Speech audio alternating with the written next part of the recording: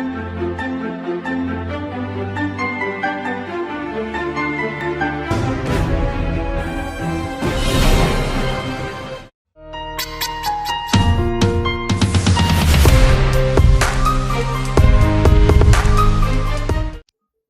கொரிந்தியர் 3ஆம் அதிகாரம் 23ஆம் வசனம். புதிய ஏற்பாட்டிலே 229வது பக்கத்தில் 1 கொரிந்தியர் 3ஆம் அதிகாரம் 23ஆம் வசனம். நீங்கள் கிறிஸ்துவனுடையவர்கள், கிறிஸ்து தேவனுடையவர்.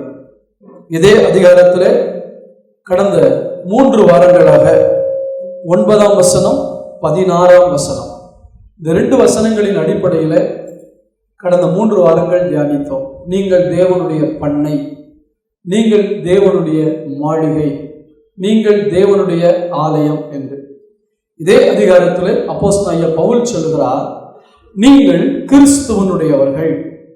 இன்னைக்கு கிறிஸ்துவனுடையவர்கள் என்றால் அதனுடைய அர்த்தம் என்ன? கிறிஸ்துவனுடையவர்களுடைய அடையாளம் என்ன? கிறிஸ்துவனுடையவர்களுடைய ஆசீர்வாதம் என்ன? இந்த 3 காரியங்களை பற்றி உங்களோடு கூட பகிர்ந்து கொள்ள போகிறேன். நீங்கள் எல்லாரும் கவனமாய் கேட்டு, இந்த அனுபவம் என் வாழ்க்கையில் இருக்கிறதா என்று நீங்கள் உங்களை ஆராய்ந்து பார்க்க வேண்டும். ஒரு செய்தியை கேட்டுவிட்டு போவது போல போய்விடக்கூடாது. அந்த செய்தி எனக்காக கொடுக்கப்படுகிறது. எனவே நான் இந்த செய்தியின்படி இருக்கிறேனா, இந்த செய்திக்குரிய ஆசீர்வாதம் என் வாழ்க்கையில் இருக்கிறதா என்பதை நீங்கள் யோசித்து பார்க்க வேண்டும். நீங்கள் கிறிஸ்துவனுடையவர்கள் என்றால் என்ன அர்த்தம்? நீங்கள் கிறிஸ்துவுக்கு சொந்தமானவர்கள் என்று அர்த்தம். ரோமருக்கு எழுதின நிருபத்திலே 7ஆம் அதிகாரத்தில் 4ஆம் வசனத்தில் வாசிக்கும் போது, ரோமர் 4ஆம் அதிகாரம் 7ஆம் வசனம், 214வது பக்கம். அப்படி போல என் சகோதரரே, நீங்கள் மரித்தோரிலிருந்து எழுந்த கிறிஸ்து என்னும் வேறு ஒருவருடையவர்களாகி தேவனுக்கென்று கனி கொடுக்கும்படி கிறிஸ்துவின் சரீரத்தினாலே நியாயப்பிரமாணத்துக்கு மரித்தவர்களானீர்கள். கிறிஸ்து என்னும் வேறு ஒருவருடையவாய் மாறிவிட்டோம். நம்ம யாரு? கிறிஸ்து என்னும் வேறு ஒருவருக்கு சொந்தமாகிவிட்டோம். அப்படி என்றால் இதற்கு முன்பு நாம் யாருக்கு சொந்தமாயிருந்தோம் என்று யோசிக்க வேண்டும். இப்பொழுது நான் வேறு ஒருவருக்கு சொந்தமாகிவிட்டால், முன்பு ஏற்கனவே யாரோ ஒருவருக்கு நான் சொந்தமாகி இருந்தேன். அந்த சொந்தத்திலிருந்து என்னை வெளியே பிரித்து இப்பொழுது ஆண்டவர் அவருக்கு சொந்தமாக மாற்றிவிட்டார். முன்பு நாம் யாருக்கு சொந்தமாக இருந்தோம்? பிசாசுக்கு சொந்தமாக இருந்தோம். பிசாசின் பிள்ளைகளாக இருந்தோம். அந்தகாரத்தின் பிள்ளைகளாக இருந்தோம். இருளின் பிள்ளைகளாக இருந்தோம். ஆனால் தேவனோ இரக்கத்தில் ஐஸ்வர்யம் உள்ளவராகி நம்மேல் வைத்த கிருபையினாலே நம்மை அவருடைய பிள்ளையாய் மாற்றினார். ஒரு அல்லேலூயா சொல்லுவோமா? எனவே நான் வேறு ஒருவருக்கு சொந்தமாகிவிட்டேன். எப்படி சொந்தமாகிவிட்டேன்? நான் பாவத்துக்கு மரித்து நீதிக்கு பிழைத்திருக்கிறவனா. நல்லா கவனிங்க. நான் இயேசுவை கும்பிடுறது ஒரு வாழ்க்கை, இயேசுவை நம்புறது ஒரு வாழ்க்கை, இயேசுவை ஆராதிக்கிறது ஒரு வாழ்க்கை. ஆனால் இயேசுக்கு சொந்தமாக வாழ்கிறது ஒரு வாழ்க்கை. நீங்கள் இயேசுக்கு சொந்தமாகி விட்டீங்களா? அதை இன்னைக்கு கன்ஃபார்ம் பண்ணிக்கொள்ளணும். நான் இயேசு என்கிற வேறு ஒருவருக்கு சொந்தமாகி விட்டேனா? ஒரு குடும்பத்தில் ஒரு பெண் பிறக்கிறாள், ஒரு தாய் தகப்பனுடைய பெயரை சொல்லி வாழ்கிறாள், இன்னாருடைய மகன் இன்னாருடைய மகள் என்று சொல்கிறார். ஆனால் இன்னொருவருக்கு திருமணம் முடித்த உடனே முழுவதுமாக அந்த மணமகனுக்கு அவள் சொந்தமாகி விடுகிறாள். அதே போலதான் நாமும் முன்பு பாவத்தில, பிசாசுடைய வஞ்சனையில, பிசாசுடைய பிள்ளைகளாக இருந்தோம். ஆனால் நம்முடைய பாவங்களுக்காக இயேசு கல்வாரி சிலுவையில ரத்தம் சிந்தி கரையம் செலுத்தி நம்மை மீட்டுக்கொண்டார். அப்படி மீட்டுக்கொண்டபடினா நாம் அவரிடத்தில் வந்து ரட்சிப்பை பெற்றுக்கொண்ட உடனே நாம் அவருடையவர்களாக மாறுகிறோம். இன்னைக்கு நாம் யாருடையவர்களாக இருக்கிறோம் என்பதை ஒரு விஷயம் கூட உறுதிப்படுத்திக் கொள்வோம். நான் கிறிஸ்துவனுடையவன் அப்படின்னு சொல்றவங்களா ஒரு அல்லேலூயா சொல்லுங்க பார்க்கலாம். நான் இயேசுனால மீட்கப்பட்டேன்னு சொல்றவங்களா ஒரு அல்லேலூயா சொல்லுங்க பார்க்கலாம். இயேசுவை ரட்சித்துட்டாருன்னு சொல்றவங்களா அல்லேலூயா சொல்லுங்க பார்க்கலாம். அல்லேலூயா. அப்ப நம்ம யாருக்கு சொந்தம்? கிறிஸ்து என்னும் வேறு ஒருவருக்கு சொந்தமாகிவிட்டேன். எப்படி சொந்தமாகிவிட்டேன்? நான் செய்ய வேண்டிய சில 4 காரியங்கள் உண்டு. இந்த 4 காரியங்களை நான் செய்யும் போது நான் இயேசுவுக்கு சொந்தமாகிறேன். கொலோசையருக்கு எழுதின நிருபத்துக்கு திருப்பிக் கொள்ளுங்கள். கொலோசையருக்கு எழுதின நிருபம் 3ஆம் அதிகாரத்துக்கு திருப்பிக் கொள்ளுங்கள். நான் கிறிஸ்து என்னும் வேறு ஒருவருடையவராக மாற வேண்டும் என்றால் நான் செய்ய வேண்டிய 4 காரியங்கள் உண்டு. அதை செய்திருந்தால் நான் கிறிஸ்துவனுடையவன். ஒருவேளை நீங்க செய்யாம இருந்தீங்கன்னா இன்னைக்கு செய்யுங்க. இப்ப நீங்க கிறிஸ்துவனுடையவர்களா மாற முடியும். ஒரு சொல்லுவோமா? 3ஆம் அதிகாரத்துல 5ஆம் வசனம்.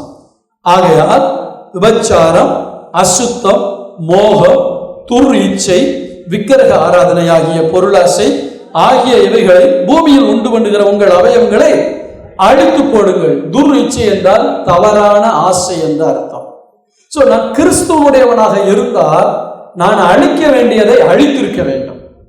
ஏனென்றால் பழைய வாழ்க்கையில எது தவறு எது சரி என்று தெரியாமல் நம்முடைய மனசும் மாம்சமும் விரும்பினதை நாம் செய்து வாழ்ந்தோம். தேவனற்றவர்களாக என்ன விரும்பணுமோ அதை செஞ்சுட்டு இருந்தோம். எத்தனை பேர் ஆமான்னு ஒத்துக்கிறீங்க? நம்ம எதை விரும்பணுமோ அப்படிதானா? அப்ப அப்ப ஆமான்னு சொல்லுங்க பார்க்கலாம். ஆமான்னு சொன்னா தான் ஆமேன்னு சொல்ல முடியும். ஆமா, பழைய வாழ்க்கையில இப்படிதான் இருந்தோம். இப்ப சொல்றாரு, அதை உண்டு பண்றதுலாம் நீங்க என்ன செய்யுங்க? அழித்து போடுங்க. சிலர் புதைச்சு வச்சிருப்பாங்க, அப்பப்ப எந்திரிச்சு வெளியே பார்ப்போம். எந்திரிச்சு வெளியே பார்க்கணும். நான் முன்னாடி சொன்ன ஒரு உதாரணத்தை சொல்றேன்.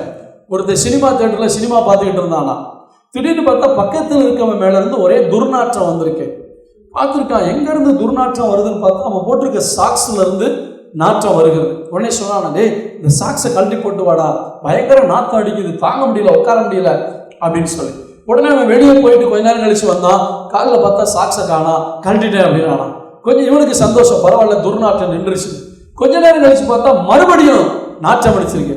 என்னடா சாக்ஸ் எங்க போட்டேன்னா இந்த பாக்கெட்ல தான் வச்சிருக்கேன் அப்படின்னா. இடத்தை மாத்தி இருக்கான், அழிக்கல. சிலருடைய வாழ்க்கையில அழிக்க வேண்டியதை அழிக்காம விடுறதுனால அது எங்கேயாவது மறைஞ்சுக்கிட்டு இருக்கோம். ஒரு சமயத்தை பெற்று பாவமானது சமயம் பெற்று நம்ம என்ன செய்து விடும்? வஞ்சித்து விடும். எனவே உங்க வாழ்க்கையில பழைய வாழ்க்கையில எதெல்லாம் காணப்பட்டுச்சோ அதை முதல்ல நீங்க அழிக்க கற்றுக்கொள்ள வேண்டும். இங்க சொல்லப்பட்டிருக்கிறது பாருங்க, விபச்சாரம். விபச்சாரம் என்னது? புதிய ஏற்பாட்டுல ஒரு ஸ்திரியவோ அல்லது ஒரு ஆணையோ இச்சையோடு பார்த்தாலே விபச்சாரத்துக்கு சமம். இந்த வாலிப பிள்ளைகள் பெரியவங்க எல்லாருமே கவனிக்கணும். இந்த வசனத்தை எந்த அளவுக்கு நம்ம சீரியஸா எடுக்கிறோம். நம்முடைய கண் பரிசுத்தமா இருக்கிறதா? நான் வேறு ஒருவருடைய மாறினதுக்கு அப்புறம், உதாரணத்துக்கு சொல்றேன், வாலிப பிள்ளையா இருக்கும்போது இவன் எனக்கு கல்யாணத்துக்கு புருஷனை வரமாட்டானா அவன் வரமாட்டானு பார்க்கறவங்க எல்லாம் ஆசைப்படுறது ஒரு ஆசை வரும், இயற்கையா வரும். ஆனா நிச்சயதார்த்தம்னு ஒன்று பண்ணதுக்கு அப்புறம், கல்யாணம்னு ஒன்று பண்ணதுக்கு அப்புறம், நான் இனி யாரையும் ஏறெடுத்து பார்க்க மாட்டேன், இவருக்குத்தான் நான் மனைவி, இவளுக்குத்தான் நான் புருஷன் அப்படிங்கிற ஒரு கமிட்மெண்ட் வந்த உடனே வேற யாரையும் பார்க்க மாட்டான். ஆமேன்னு சொல்லுவோமா? எனவேதான் இந்த இடத்துல சொல்லப்பட்டிருக்குது, நம்முடைய கண்களை பரிசுத்தமாய் காத்துக்கொள்ள வேண்டும். உங்க கண்களை பரிசுத்தமா காக்காட்டா கண்கள் இச்சையை பார்க்க பார்க்க விபச்சாரம் என்கிற பாவத்தை தொடர்ந்து செய்து கொண்டிருக்கிறீர்கள். இந்த விபச்சாரிகள் பரலோக ராஜ்யத்தை சுதந்திரிக்க முடியாது. உங்க கண்கள் எந்த அளவுக்கு இச்சைகளை பார்க்கிறது என்பதை நீங்கள் யோசித்து பார்க்க வேண்டும். ஒரு சின்ன இச்சையான காரியத்தை பார்த்தா கூட உடனடியாக ஆண்டவருடைய சமூகத்துல வந்து, ஆண்டவரே என் சிந்தை கெட்டு போச்சு, நான் தவறா பார்த்துட்டேன், என்னை மன்னிக்க ஆண்டவரேன்னு சொன்னா அவர் மன்னிக்க தயாராக இருக்கிறார். ஆனால் இச்சையான காரியங்களை விரும்பி பார்த்துட்டு இங்க வந்து நல்ல பிள்ளை மாதிரி இருந்தால் அது எப்படின்னு எனக்கு தெரியல. ஜாக்கிரதையா இருக்கணும். விபச்சாரம், அப்புறம் என்ன போட்டிருக்கு? அசுத்தம், கெட்ட காரியங்கள், மோகம், மட்டுக்கு மீறிய கட்டுப்படுத்த முடியாத அடக்க முடியாத ஆசை. மோகம் என்னது? மட்டுக்கு மீறிய கட்டுப்படுத்த முடியாத அளவுக்கு மீறிய ஆசை. அதுக்கு பேர் தான் என்னது? சிலருக்கு அதை செய்யாம இருக்க முடியாது, இதை செய்யாம இருக்க முடியல, ஐயோ இதை பார்த்துதான் ஆகணும். இதுதான் மோகம். இதெல்லாம் நீங்க என்ன செய்யணும்? அழிக்கணும். அழிச்சாதான் நீங்க கிறிஸ்து என்னும் வேறு ஒருவருக்கு சொந்தமாயிட்டீங்கன்னு அர்த்தம். எத்தனை பேருக்கு புரியுது? நான் கிறிஸ்துவுக்கு சொந்தமா மாறிட்டேங்கிறது வெறும் வார்த்தையில் அல்ல, வாழ்க்கையில காட்ட வேண்டும். என் வாழ்க்கையினுடைய ஒவ்வொரு நடக்கையிலும் காட்டணும். அதுக்கு தான் இங்க பவுல் எழுதுகிறார், முதலாவது நீங்கள் அந்த விபச்சாரம் என்கிற பாவம், இச்சையோடு பார்த்தாலே விபச்சாரம் செய்தாயிற்று என்று சொல்கிறார், அந்த பாவம். இரண்டாவது என்னது? இரண்டாவது அசுத்தம். மூன்றாவது மோகம், துர்ரிச்சை, தவறான ஆசை, விக்கிரக ஆராதனை ஆகிய பொருள் ஆசை. ஸோ இன்னும் மேல மேல சேர்த்துக்கிட்டே போடுங்கிற ஆசை. இவைகளை எல்லாம் என்ன செய்யணுமா? அழித்து போடுங்கள். ஏன்னா இவைகள்னாலதான் தேவ கோபம் வரும் என்று அடுத்த வசனம் சொல்லுகிறது. பாருங்கள், இவைகளின் பொருட்டே கீழ்ப்படியாமையின் பிள்ளைகள் மேல் தேவ கோபாக்கனை வரும். நீங்களும் முற்காலத்தில் அவர்களுக்குள்ளே சஞ்சரித்த போது அவைகளை செய்து கொண்டு வந்தீர்கள். நம்மளை குறித்து சொல்றாரு, முன்னாடி நீங்களும் இதைத்தான் செஞ்சீங்க, ஆனா இப்ப வேற ஒருத்தருக்கு சொந்தமாயிட்டதுனால இதெல்லாம் அழிச்சு போடணும். இதை அழிக்காம நான் கிறிஸ்துவனுடையவன் அப்படின்னு நீ சொல்லவே முடியாது. இதை அழிக்க கற்றுக்கொள்ள வேண்டும். அளவுக்கு மீறிய ஆசை, சாட்சி கேடாக இருக்கக்கூடிய காரியங்களில் வரக்கூடிய ஆசை. 8ஆம் வசனம், இப்பொழுதோ கோபமும் மூர்க்கமும் பொறாமையும் உங்கள் வாயில் பிறக்கலாகாத தூஷணமான வம்பு வார்த்தைகளும் ஆகிய இவைகளை விட்டு விடுங்கள். இரண்டாவது என்ன செய்யணும்? விட்டு விட வேண்டிய காரியங்கள். முதலாவது அழிக்க வேண்டிய காரியங்களை அழிக்கணும். இரண்டாவது, எனக்கு அதை விட முடியல, இதை விட முடியல, சினிமாவை விட முடியல, சீரியலை விட முடியல, எனக்கு அந்த அந்த மொபைலில் இதை பார்க்காம இருக்க முடியல. ஐயா, ஃபவுண்டேஷன்லேயே எத்தனை நாளைக்கு தான் இருப்பீங்க? இந்த பாவத்தை அழிச்சு போடுறதுங்கிறதும் விட்டு விடுறதுங்கிறதும் கிறிஸ்தவ வாழ்க்கையினுடைய அடித்தளம் போல. அதை சரியா போட்டீங்கன்னா அதுக்கு மேலே கட்டடம் எழுப்பிடலாம். ஆமென் சொல்லுவோமா? எப்பவுமே ஒரு கட்டடம் கட்டும் போது எதுக்கு தான் நேரம் அதிகமாகும்? ஃபவுண்டேஷன் போட்டு அந்த பேஸ்மெண்ட் வர்ற வரைக்கும் என்ன செய்வோம்? ரொம்ப கஷ்டம், ரொம்ப கஷ்டம். அது வரைக்கும் வந்துருச்சுன்னா அதுக்கப்புறம் நீங்கள் மேலே கட்டிடலாம். இன்னைக்கு அநேக தேவ பிள்ளைகள் எங்கேயே தான் இருக்காங்க? ஃபவுண்டேஷனே சரியா போடாம என்னால் பரிசுத்தமாக வாழ முடியல, என்னால் கர்த்தருக்கு சாட்சியாக வாழ முடியல, என்னால் பரிசுத்தமாக ஜீவிக்க முடியல, என்னால் வல்லமையாக ஜெபிக்க முடியல. ஏன் அப்படின்னா நீங்கள் ஃபவுண்டேஷனில் கவனத்தை செலுத்தலை. நீங்கள் வெளியே மேலே கட்டிட்டு வர கட்டடத்தில் பெயிண்டிங் ஒர்க்கில், எலக்ட்ரிக்கல் ஒர்க்கில், பிளம்பிங் ஒர்க்கில் இதில் கவனத்தை செலுத்துறீங்க. முதல்ல எது முக்கியம்? ஃபவுண்டேஷன், அஸ்திபாரம் ரொம்ப முக்கியம். எனவே இந்த அஸ்திபாரம் சரியா இருக்கணும். நான் அழிக்க வேண்டிய காரியங்களை அழிக்கணும், விட்டு விட வேண்டிய காரியங்களை விட்டு விடணும். 9ஆம் வசனம், ஒருவருக்கொருவர் பொய் சொல்லாதிருங்கள், பழைய மனுஷனையும் அவன் செய்கைகளையும் களைந்து போடுங்கள். நான் நேற்று தினத்துல வேறு ஒரு கலர்ல, ஒரு லைட் எல்லோ கலர்ல ஷர்ட் போட்டிருந்தேன். இன்னைக்கு ஆராதனைக்கு வர்றதுக்காக ஒயிட் ஷர்ட் போடுறேன், ஆனா உள்ளுக்குள்ள அந்த சட்டை இல்லை, அதை கழட்டி போட்டேன். புரியுது உங்களுக்கு? நம்ம ஒரு ஷர்ட் போடும்போது நேற்றுக்கு போட்டது என்ன செய்யறோம்? களைந்து போடுகிறோம். ஆனால் ஆண்டவர் சொல்கிறார், களைந்து போட வேண்டிய காரியத்தை போடாம அதுக்கு மேல மேல மேல மேல மேல நீ மேற்பூச்சால் பூசுகிறார். இது எதை குறிக்கிறது? ஒரு மாய்மாலமான வாழ்க்கை. உள்ளுக்குள்ள வேற ஒண்ணு இருக்கு, ஆனா மேல நான் மறைச்சு வாழ்றேன். அப்படி யாராவது இருந்தீங்கன்னா இன்னைக்கு ஆண்டவர் தயவாய் உங்களோடு கேட்கிறார், நீங்கள் மனம் திரும்புங்கள். ஸ்தோத்திரம். களைந்து போடுங்கள், ஒருவருக்கொருவர் பொய் சொல்லாதீர்கள், பழைய மனுஷனையும் அவன் செய்கைகளையும் களைந்து போடுங்கள். பழைய மனுஷன் உள்ள இருக்கக்கூடாது. உள்ளுக்குள்ள பழைய மனுஷன் இருந்துக்கிட்டு வெளியே புது மனுஷனை போல ஒரு வேஷம் என்ன செய்யக்கூடாது? நம்ம போடக்கூடாது. அதனாலதான் சொல்லப்பட்டிருக்குது, நீங்கள் பழைய மனிதரை களைந்து போடுங்கள். பழைய சட்டையை நான் கழட்டிட்டு தான் புது சட்டை போடுறேன் இல்லையா? எதை செஞ்சாலும் என்ன செய்யணும்? பழச எடுத்துடும். கர்த்தர் ஸ்தோத்திரம். நேற்றைக்கு சமைச்ச சாப்பாடு கொஞ்சம் மிச்சம் இருக்கு, அதுலயே இன்னைக்கு புது சாப்பாடு போடுவீங்களா? என்ன செய்ய? அதையெல்லாம் களைந்து போட்டுட்டு அதை கழுவிட்டு புதுசா போடுறீங்க. அதே போல ஷர்ட்டா இருக்கட்டும், சமையலா இருக்கட்டும், பழையதை களைந்து போட வேண்டும். உங்களுடைய பழைய சுபாவங்கள் கொஞ்ச நாள் ஆகும். அந்த சுபாவங்கள்லாம் மாறுறதுக்கு ஒரு நாளில் வராது. ப்ராக்டிஸ். ஆண்டவர் நான் சொல்ல அடிக்கடி, இந்த தரையில போட்டு தேய்க்கிற மாதிரி நம்மளை தேய்ச்சி நம்மளை செய்வார், உருவாக்குவார். அவ்வளோ சீக்கிரம் இந்த ஜென்ம சுபாவம் போகாது. அப்பப்போ அடி கொடுத்து சிக்ஷை கொடுத்து சில பாடங்களை கற்றுக் கொடுத்து நம்மளை ஆண்டவர் படிப்படியாக மாற்றிட்டு வருவார். ஒரு அலையில சொல்லுவோமா? ஏன்னா அது நம்ம கூட பிறந்துருச்சு, பிறந்ததுலேருந்தே கூட வந்துக்கிட்டு இருக்கு. அது கொஞ்சம் கொஞ்சமாக மாறுறதுக்கு நம்ம இடம் கொடுக்கணும். உங்களை பார்த்தா பக்கத்து வீட்டில் வந்து உங்களை கேட்டால் தெரியும், உங்கள் குடும்பத்தில் வந்து கேட்டால் தெரியும். இன்னைக்கு நிறைய பேர் நம்ம சபையில் மாறாமல் அந்த அந்த அந்த பழைய வாழ்க்கை, அந்த பழைய குணம் இதே இருக்கிற வரைக்கும் சகோதரனே பரலோகம் போக முடியாது. உன் வாழ்க்கையை நீ ஏமாற்றி கொள்ளக்கூடாது. பழைய மனுஷனை களைஞ்சு போடு, புது மனுஷனாக மாறு, புதிய மனிதனாய் மாறுவதற்கு ஒப்புக்கொடு என்று ஆண்டவர் கேட்கிறார். கர்த்தருக்கு ஸ்தோத்திரம் உண்டாவதாக. 12ஆம் வசனத்தை வாசிக்கிறோம். ஆகையால் நீங்கள் தேவனால் தெரிந்து கொள்ளப்பட்ட பரிசுத்தரும் பிரியருமாய் உருக்கமான இரக்கத்தையும் தயவையும் மனத்தாழ்மையும் சாந்தத்தையும் நீடிய பொறுமையையும் தரித்து கொள்ளுங்கள். ஆமென் சொல்லுவோமா? 14ஆம் வசனத்துல 13 ஒருவரை ஒருவர் தாங்கி ஒருவர் பேரில் ஒருவருக்கு குறைபாடு உண்டானால் கிறிஸ்து உங்களுக்கு மன்னித்தது போல ஒருவரை ஒருவர் மன்னியுங்கள். இவை எல்லாவற்றின் மேலும் பூரண சற்குணத்தின் கட்டாகிய அன்பை தரித்து கொள்ளுங்கள். 3 காரியங்கள் அழித்து போட வேண்டியது, விட்டுவிட வேண்டியது, களைந்து போட வேண்டியது. அது மட்டும் போதாது. நான் நேற்றுக்கு போட்டிருந்த ஷர்ட்டை களைஞ்சு போட்டேன், ஆனால் இன்னொரு ஷர்ட் போட்டு தான் நான் வெளியே வர முடியும். ஷர்ட் போடாமல் வெளியே வர முடியாது. நான் விட்டுவிட வேண்டியது எவ்வளவு அவசியமோ அதே போல தரித்து கொள்ள வேண்டியதும் அவசியம். ஆமேன் சொல்லுவோமா? ஒன்றை களைந்து போடுவது அவசியம், அதை விட அவசியம் நான் வேறொன்றை தரித்து கொள்ள வேண்டும். வேதம் சொல்லுகிறது, அன்பான கர்த்தருடைய பிள்ளைகளே, ஒரு வீடு, அந்த வீட்டில் பிசாசு அசுத்த ஆவிகள் இருக்கு. இந்த அசுத்த ஆவிகள் ஒரு மனிதனை விட்டு போய்விட்டது. போன பின்பு ரொம்ப நாள் கழிச்சு வந்து திரும்பி பார்க்குது. அங்க அசுத்தம் இருந்துச்சு, பல பொல்லாத காரியங்கள் இருந்துச்சு, அதையெல்லாம் களைந்து போட்டு விட்டார் ஆண்டவர். ஆனா இந்த பேய்க்கு ஒரு ஆசை, நம்ம விட்ட இடத்த போய் பார்ப்போம், அங்க ஏதாவது இருக்குதா இல்லை எம்டியா இருக்காது.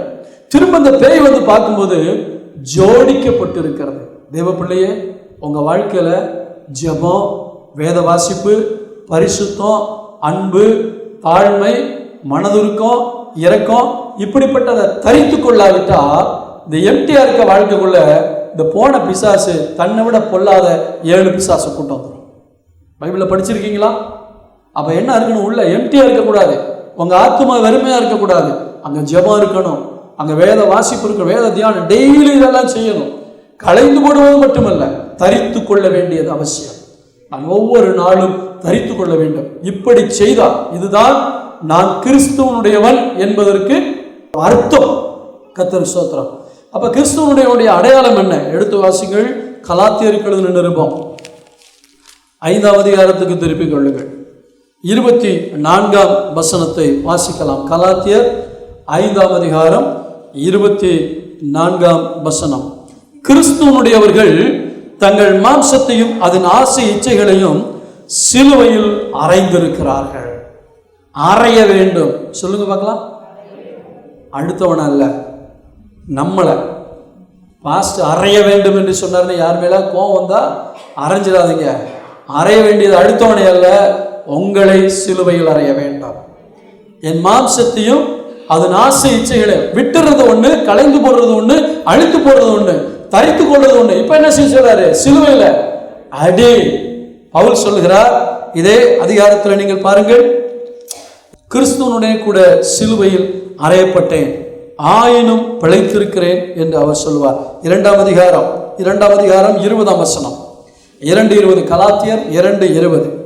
கிறிஸ்துவுடனே கூட சிலுவையில் அறையப்பட்டு ஆயினும் பிழைத்திருக்கிறேன், இனி நான் அல்ல, கிறிஸ்துவே எனக்குள் பிழைத்திருக்கிறார். ஒரு அல்லேலூயா சொல்லுவோமா? நான் கிறிஸ்துவனுடையவனாய் மாறிவிட்டதற்கு ஒரு அடையாளம், என்னுடைய ஆசை இச்சைகளை அப்பப்ப எங்க அறையணும்? சிலுவையில் அரைஞ்சிட்டீங்களா? அதான் நீங்க கிறிஸ்துவனுடையவர்கள் என்பதற்கு அடையாளம். கிறிஸ்துவனுடையவர்கள் என்பதற்குரிய அர்த்தம் என்ன? நான் வேறு ஒருவருக்கு சொந்தமாகிவிட்டேன், அதுதான் அர்த்தம். அடையாளம் என்ன? நான் அழித்து போட்டு விட்டேன், நான் களைந்து போட்டு விட்டேன், நான் விட்டு விட்டேன், தரித்து கொண்டேன், சிலுவையில் அடித்து விட்டேன். இந்த 5 காரியங்களை நீங்க செஞ்சிட்டீங்கன்னா நீங்க கிறிஸ்துவனுடையவர்கள் என்பதற்கு இதுதான் அடையாளம்.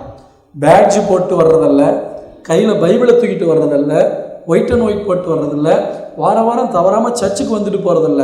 இதெல்லாம் நான் கிறிஸ்தவனாய் இருப்பதனால் செய்யக்கூடிய காரியங்கள். ஆனால் நான் கிறிஸ்தவனாய் இருப்பதற்குரிய அடையாளம் களைந்து போட, அழித்து போட, விட்டுவிட, சிலுவையில் அறைய, தரித்து கொள்ள வேண்டும்.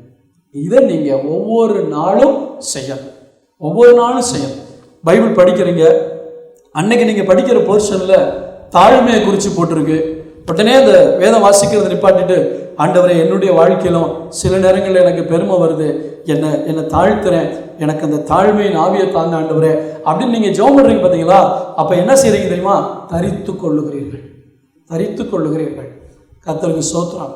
பொறுமை வேணும்னு பைபிளில் படிக்கிறீங்க, பொறுமைக்காக ஜெபம் பண்றீங்க. அப்ப என்ன செய்றீங்க? கிறிஸ்துவை தரித்து கொள்ளுகிறீர்கள். இதெல்லாம் புதிய மனிதனை, கிறிஸ்துவுடைய சாயலாய் இருக்கிற புதிய மனிதனை தரித்து கொள்ளுகிறீர்கள். இதுதான் நான் கிறிஸ்துவனுடையவன் என்பதற்குரிய அடையாளம். அர்த்தம் என்ன?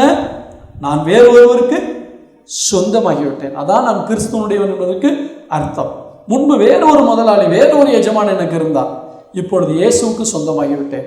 நான் சொந்தமாகிவிட்டேன் என்பதற்கு அடையாளம் என்ன? மீண்டும் மீண்டும் நான் சொல்வதற்கு காரணம் உங்கள் மனதில் பதிய வேண்டும். முதலாவது என்ன? அழித்து போட வேண்டும், விட்டுவிட வேண்டும். மூன்றாவது என்ன செய்யணும்? களைந்து போட வேண்டும், தரித்து கொள்ள வேண்டும், சிலுவையில் அறைய வேண்டும். இதெல்லாம் கர்த்தருக்கு ஸ்தோத்திரம். கலாத்தியர் நிருபம் 3ஆம் அதிகாரம், கலாத்தியர் 3:29. இப்போ நல்லா கவனிங்க. நான் இந்த வசனங்கள்லாம் சொல்லும்போது இந்த வசனங்கள்லாம் எங்கே தான் இருக்குது? நீங்கள் ரெகுலராக படிக்கிற பைபிளில் தான் இருக்குது. ஆனால் எத்தனை நாள் இதை உணர்ந்துங்க? இப்படி நீங்கள் உணராமல் சும்மா வேதத்தை வாசிட்டு போகும்பொழுது தான் அந்த சத்தியம் உங்களுக்கு பிரயோஜனம் இல்லாமல் போகிறது. அப்போ இதெல்லாம் எடுத்து காட்டி உங்களுக்கு பிரசங்கம் பண்ணும்போது ரொம்ப கவனமாக கவனிக்கணும். ஓ, இப்படியெல்லாம் பைபிளில் இருக்குதா, நான் எத்தனை முறை வாசித்தேன், இது எனக்கு புரியலே, அப்படி ஒரு வெளிச்சம் வரும்போது அதை உள்வாங்கிக் கொள்ள வேண்டும். 29ஆம் வசனத்தை வாசிப்போமா? நீங்கள் கிறிஸ்துவுடையவர்களானால் ஆபிரகாமின் சந்ததியாராயும் வாக்குத்தத்தத்தின்படியே சுதந்திரராயும் இருக்கிறீர்கள். ஆமீன் சொல்லுவோமா? அப்ப நான் ஆண்டவருக்கு சொந்தமா மாறிட்டேன்னா, கிறிஸ்துவனுடையவனாய் மாறிவிட்டார், என்னுடைய அடையாளம் மாறிவிட்டார், என்னுடைய ஆசீர்வாதமும் மாறுகிறது. ஒரு அல்லேலூயா சொல்லுங்க பார்க்கலாம். நான் கிறிஸ்துவுக்கு சொந்தமா கிறிஸ்துவனுடையவனா மாறிட்டா ஆட்டோமேட்டிக்கா ஆபிரகாமுடைய ஆசீர்வாதங்கள் எல்லாம் எனக்கு வருது. ஆபிரகாமின் ஆசீர்வாதங்கள் இந்த அடிமைக்கு கிடைத்ததையா. எப்படி கிடைக்குது? நான் கிறிஸ்துவனுடையவனாய் மாறின உடனே கிறிஸ்துவின் மூலமாக. இது கலாத்தியர் நிருபம் 4ஆம் அதிகாரம் 28ஆம் வசனத்தை வாசிக்கிறேன். சகோதரரே, நாம் ஈசாக்கை போல வாக்குத்தத்தத்து பிள்ளைகளாக இருக்கிறோம். அல்லேலூயா சொல்லுவோமா? நம்ம என்ன பிள்ளைகளாக மாறிட்டோம்? வாக்குத்தத்தத்தின் பிள்ளைகளாக மாறிட்டோம். 16ஆம் வசனம், 3ஆம் அதிகாரம் 16ஆம் வசனம். ஆபிரகாமுக்கும் அவன் சந்ததிக்கும் வாக்குத்தத்தங்கள் பண்ணப்பட்டன. யாருக்கு? ஆபிரகாமுக்கும் அவன் சந்ததிக்கும் வாக்குத்தத்தம் பண்ணப்பட்டன. சந்ததிகளுக்கு என்று அநேகரை குறித்து சொல்லாமல் உன் சந்ததிக்கு என்று ஒருவனை குறித்து சொல்லியிருக்கிறார். அந்த சந்ததி கிறிஸ்துவே. அந்த சந்ததி என்னது? கிறிஸ்துவே. 22ஆம் வசனத்துக்கு வாங்க. அந்தபடியால் இயேசு கிறிஸ்துவை பற்றும் விசுவாசத்தினாலே பலிக்கிற வாக்குத்தத்தம் விசுவாசம் உள்ளவர்களுக்கு அளிக்கப்படும்படி வேதம் எல்லாரையும் பாவத்துக்கு கீழே அடைத்து போட்டது. அப்ப என்ன சொல்லுது? இயேசு கிறிஸ்துவை பற்றும் விசுவாசத்தினாலே அந்த வாக்குத்தத்தம் எனக்கு பலிக்கிறது என்று சொல்லுகிறது. அல்லேலூயா சொல்லுங்க பார்க்கலாம். நான் கிறிஸ்துவனுடையவனாய் மாறின உடனே ஆபிரகாமுக்கு சொல்லப்பட்ட அத்தனை வாக்குத்தத்தங்களும் நான் இயேசுனுடையவனாய் மாறினபடியால் எனக்கு பலிக்கிறது. இப்ப பழைய ஏற்பாட்டு யூதர்களுக்கு சொல்லப்பட்டதுன்னு நான் சொல்ல வேண்டிய அவசியம் இல்லை. அது யூதர்களுக்கு சொல்லப்பட்டாலும் எனக்கும் அது உரிமை சொத்தாக மாறுகிறது. அல்லேலூயா, அல்லேலூயா. கர்த்தருடைய பரிசுத்த நாமத்துக்கு மகிமை உண்டாவதாக. அன்பான கர்த்தருடைய பிள்ளைகளே, நாம் 1 பேதுருவின் புத்தகத்துக்கு திருப்பிக் கொள்ளுவோம். 1 பேதுருவின் புத்தகத்தில் 1ஆம் அதிகாரத்தில் அப்போஸ்தலனாகிய பேதுரு ஒரு காரியத்தை சொல்லுகிறதை பார்க்கிறோம். அந்த அந்த அந்த பலன் உங்களுக்கு எங்கே வைக்கப்பட்டிருக்கிறது அப்படின்னு சொல்லணும்னா, பரலோகத்தில் வைக்கப்பட்டிருக்கிறது. கர்த்தருக்கு ஸ்தோத்திரம்.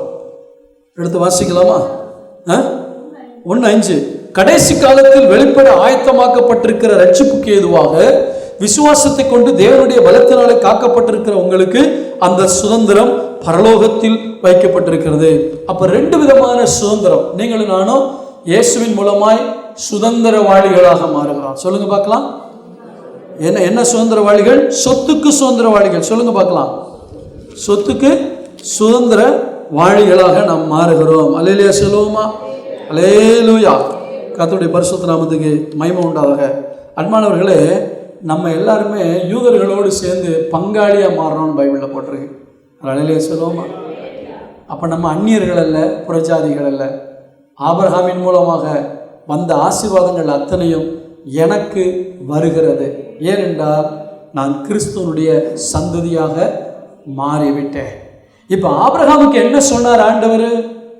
நான் உன்னை பெரிய ஜாதியாக, நான் உன்னை ஆசீர்வதித்து உன் பேரை பெருமைப்படுவேன். இப்போ உங்கள் பேர் எங்கெல்லாம் ரிப்பேர் ஆயிருந்துச்சோ, இவன் குடிகாரன், இவன் சண்டைக்காரன், இவன் மோசமானவன், இவன் மாய்மாலக்காரன், இவன் சரியில்லை, அப்படி எந்த இடத்துலலாம் உங்கள் பேர் ரிப்பேர் ஆயிருந்துச்சோ நீங்க கிறிஸ்துவனுடையவனாக மாறின பின்பு அந்த ரிப்பேரான பேரெல்லாம் மாற்றி உங்க பேரை கர்த்தர் பெருமைப்படுத்துகிறார். கரங்களை தட்டி கர்த்தருடைய நாமத்தை மகிமைப்படுத்துவோமா? அல்லேலூயா. தரித்திரன் என்கிற பெயர் மாற்றப்பட்டு ஐஸ்வர்யவான் என்கிற பெயராக மாறுகிறது. பலவீனன் என்கிற பெயர் மாற்றப்பட்டு பலவானாக மாறுகிறது. பாவி என்கிற பெயர் மாற்றப்பட்டு பரிசுத்தவானாக மாறுகிறது. நல்ல கரங்களை தட்டி கர்த்தருடைய நாமத்தை மகிமைப்படுத்துவோம். உன் பெயரை பெருமைப்படுத்துவோம். உலகத்தில் இவர் பெரிய ஆளுங்கன்ட்டு உலக மனுஷன் பெரிய பெருமைப்படுத்துற மாதிரி இல்லை. என் தேவன் எப்படி பெருமைப்படுத்துகிறார்? பாவியா கிடந்த நம்மளை பார்த்து நம்ம பேரு எப்படி மாறுது? இவன் ஒரு பரிசுத்தவா.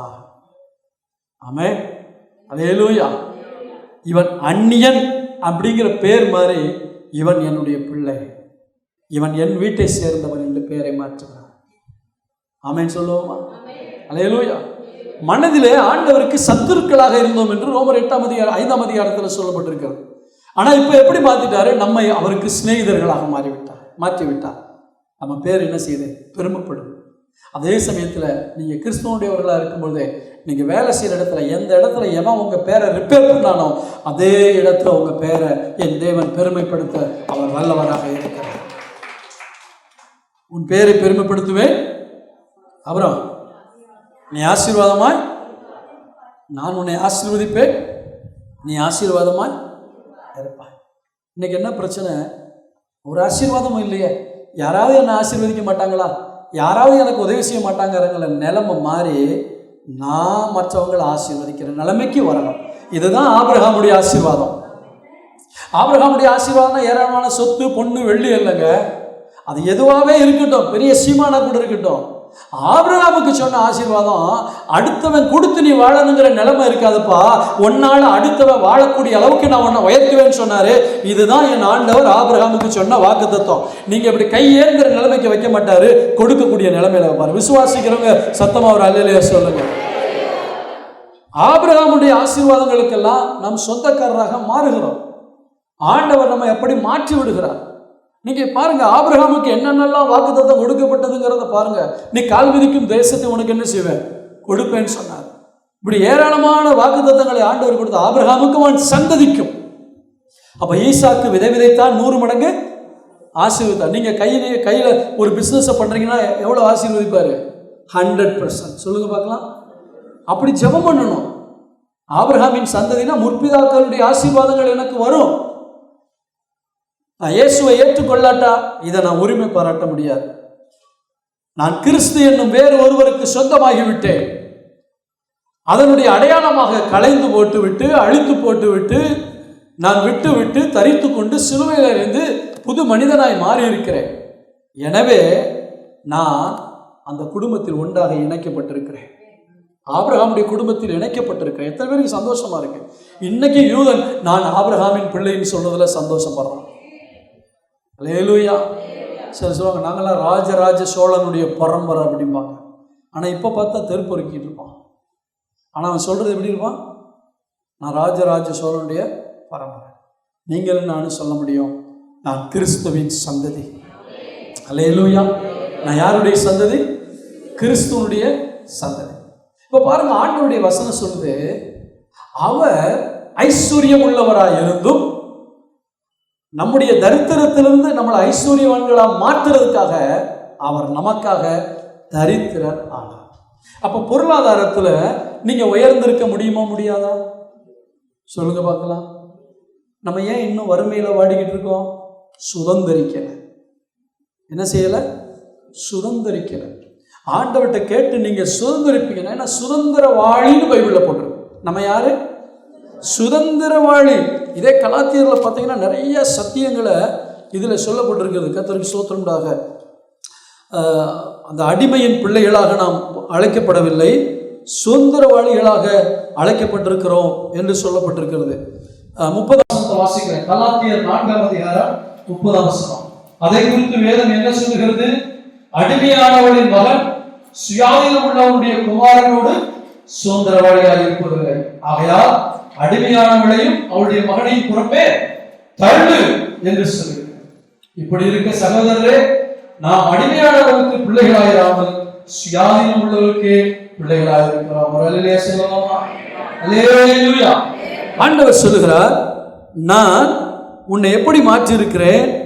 சுதந்திரவாளியாக மாற்றி இருக்கிறேன். 28ஆம் வசனத்தில் முதல்ல வாசித்தது போல நாம் ஈசாக்கை போல வாக்குத்தத்தத்து பிள்ளைகளாக இருக்கிறோம். மாம்சத்தின்படி நிறைய பிள்ளைகள் பிறக்கலாம், இஸ்மவேலை போல. அவன் சுதந்திரவாளியாக இருப்பதில்லை. இப்போ நான் கேட்குறேன், ஆபிரகாமுடைய மகன் தான் மகள் தான் இஸ்மவேலா ஈசாக்கா?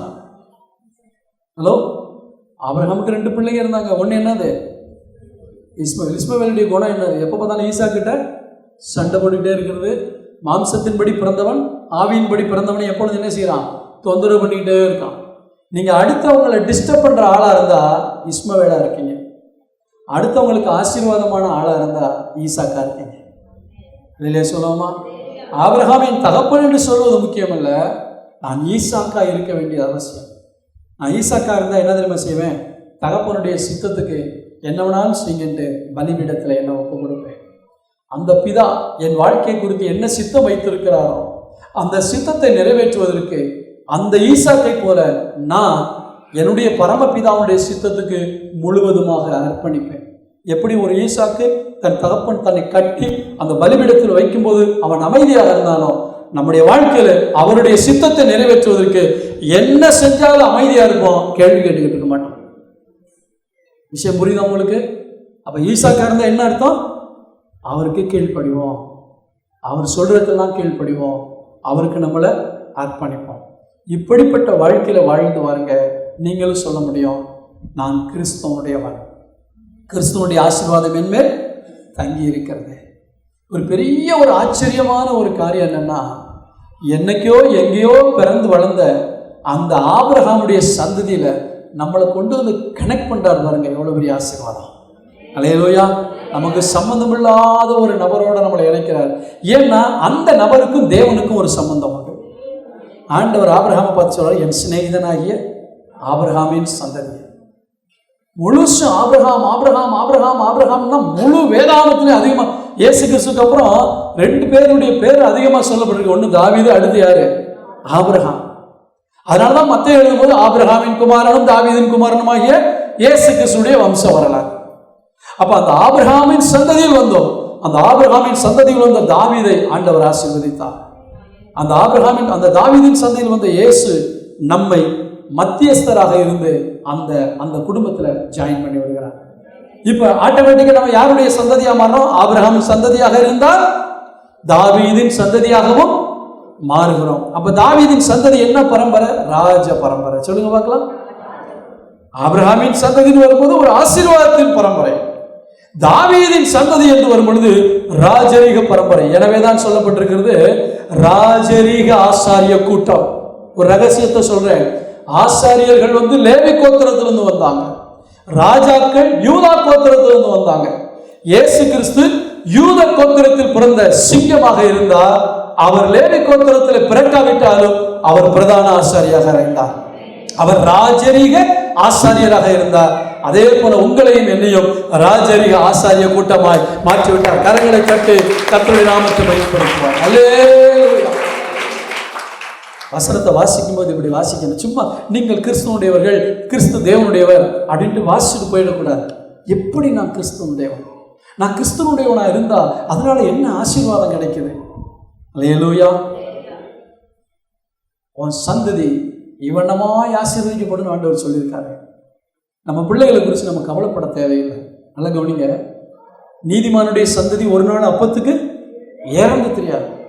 நீதிமானாகிய ஆபிரகாமுடைய சந்ததியாக, நீதிமானாகிய தாவீதின் சந்ததியாக, நீதியுடையவராகிய இயேசுவின் சந்ததியாக நான் வரும் பொழுது, அந்த நீதிமானாய் வாழும்போது என் பிள்ளைகளை குறித்து நான் கவலைப்பட வேண்டிய அவசியமில்லை. என் பிள்ளைகள் அப்பத்துக்கு இறந்து தெரிய மாட்டார்கள். ஏனென்றால் அந்த பரம்பரையிலே நான் வருகிறேன். இன்னைக்கு வீட்டில் போய் உட்காந்து இந்த யூடியூப்ல இந்த செய்தி வரும் பொழுது உட்காந்து மறுபடியும் சபையார் கேளுங்க. இந்த யூடியூப்ல இதை பார்க்குறவங்க திரும்ப திரும்ப இந்த செய்தியை கேட்டு அந்த உறவுக்குள்ள வாங்க, அந்த உறவுக்குள்ள வாங்க. அந்த உறவுக்குள்ள இது உண்மையாக மாறும் பொழுது இந்த வசனம் எல்லாம் அப்படியே உங்களுடைய வாழ்க்கையில் நிறைவேறுவதை நீங்கள் பார்க்க முடியும். அப்படியே நிறைவேறும். இப்போ புரியுதா? நீங்கள் யார்? நான் கிறிஸ்துவுடையவன் என்று சொன்னால் கிறிஸ்துவுக்கு சொந்தக்காரன், கிறிஸ்துவுக்கு உரிமையாக என்னை விட்டு கொடுத்திருக்கிறேன். நான் அவருக்கு சொந்தமாகிவிட்டேன். கிறிஸ்து என்னும் வேறு ஒருவருக்கு சொந்தமாயிட்டீங்களா? அதனுடைய அடையாளமெல்லாம் உங்கள்கிட்ட இருக்க. அழிச்சு போட்டதை அழிச்சு போட்டீங்களா? அழிச்சு போட வேண்டியதை களைந்து போட வேண்டியதை களைந்து போடுறீங்களா? அதெல்லாம் செய்யுங்க. அந்த ஆசீர்வாதங்கள் கண்டிப்பாக உங்களுக்கு வந்து சேரும். எல்லாம் இருக்கிற இடத்துல முழங்கால் படிடுவோமா? ஆண்டவருடைய முகத்தை நோக்கி பார்ப்போமா? ஹல்லேலூயா, ஹல்லேலூயா. அப்படியே ஒரு சுறுசுறுப்பாக முழங்கால் படிக்கிட்டேன். அப்படியே ஒரு பரவசத்தோடு கர்த்தரை துதிக்க பார்க்கலாம். கொஞ்ச நேரம் ஆண்டவரை நம்ம எல்லாரும் துதிக்க போகிறோம். ஹல்லேலூயா, ஹல்லேலூயா. ஆரவாரம் ஆர்ப்பாட்டம் அப்பா சந்நிதியில், நாளெல்லாம் கொண்டாட்டம் நல்லவன் முன்னிலையில். நல்ல உற்சாகமா ஆரவாரம் ஆர்ப்பாட்டம் அப்பா சந்நிதியில், நாளெல்லாம் கொண்டாட்டம் நல்லவன் முன்னிலையில். நன்றி பாடல் தினமும் பாடுவோம், நல்ல தேவனை உயர்த்தி பாடுவோம். நன்றி பாடல் தினமும் பாடுவோம், நல்ல தேவனை உயர்த்தி பாடுவோம். அரவரம் ஆர்ப்பாட்டம் அப்பா சந்நிதியில், நாளெல்லாம் கொண்டாட்டம் நல்லவன் முன்னிலையில். அரவரம் ஆர்ப்பாட்டம் அப்பா சந்நிதியில், நாளெல்லாம் கொண்டாட்டம். கல்வாரி சிலுவையிலே கர்த்தரே சூரியனுக்கு சிறந்தார். கல்வாரி சிலுவையிலே கர்த்தரே சூரியனுக்கு சிறந்தார். கண்ணீரை மாற்றி நம்மை காலமெல்லாம் மகிழச் செய்தார். கண்ணீரை மாற்றி நம்மை காலமெல்லாம் மகிழச் செய்தார். நன்றி பாடு தினமும் பாடுவோம், நல்ல தேவன் உயர்த்தி பாடுவோம். நன்றி பாடு தினமும் பாடுவோம், நல்ல தேவன் உயர்த்தி பாடுவோம். ஆரவாரம் ஆர்ப்பாட்டம் அப்பா சந்நிதியில், நாளெல்லாம் கொண்டாட்டம் நல்லவன் முன்னிலையில். ஆரவாரம் ஆர்ப்பாட்டம் அப்பா சந்நிதியில், நாளெல்லாம் கொண்டாட்டம் நல்லவன் முன்னிலையில். கிறிஸ்துவை நம்பினதா பிதாவுக்கு பிள்ளையானோ, கிறிஸ்துவை நம்பினதா பிதாவுக்கு பிள்ளையானோ. அப்பாடு கூப்பிடப்படும் ஆதியாலே நிரப்பப்பட்டோம், அப்பாடு கூப்பிடப்படும் ஆதியாலே நிரப்பப்பட்டோம். நன்றி பாடு தினமும் பாடுவோம், நல்ல தேவன் உயர்த்தி பாடுவோம். நன்றி பாடு தினமும் பாடுவோம், நல்ல தேவன் உயர்த்தி பாடுவோம். ஆரவாரம் ஆர்ப்பாட்டம் அப்பா சந்நிதியில், நாளெல்லாம் கொண்டாட்டம் நல்லவன் முன்னிலையில். ஆரவாரம் ஆர்ப்பாட்டம் அப்பா சந்நிதியில், நாளெல்லாம் கொண்டாட்டம். அல்லேலூயா, அல்லேலூயா. நல்ல பிதாவே, நன்றியோடு நாங்கள் உம்மை துதிக்கிறோம். இயேசு கிறிஸ்து எங்களுக்காக கல்வாரியில் பட்ட பாடுகளினாலே, எங்களுக்காக சிந்தின இரத்தத்தினாலே எங்கள் பாவங்கள் மன்னிக்கப்பட்டு கிறிஸ்துவோடு கூட ஆபிரகாமின் சந்ததியில் எங்களை இணைத்தீரே, அதற்காக ஸ்தோத்திரம். நாங்கள் கிறிஸ்துவனுடையவர்களாக இருப்போமானால் ஆபிரகாமுடைய எல்லா ஆசீர்வாதங்களுக்கு நாங்கள் சுதந்திரவாளிகளாக மாறுகிறோம் என்று சொல்லியிருக்கோம். ஒரு யூதனுக்கு என்ன மேன்மை இருக்கிறதோ அதே மேன்மையை ஆவிக்குரிய யூதர்களாக எங்களுக்கும் கொடுத்திருக்கிறதையா.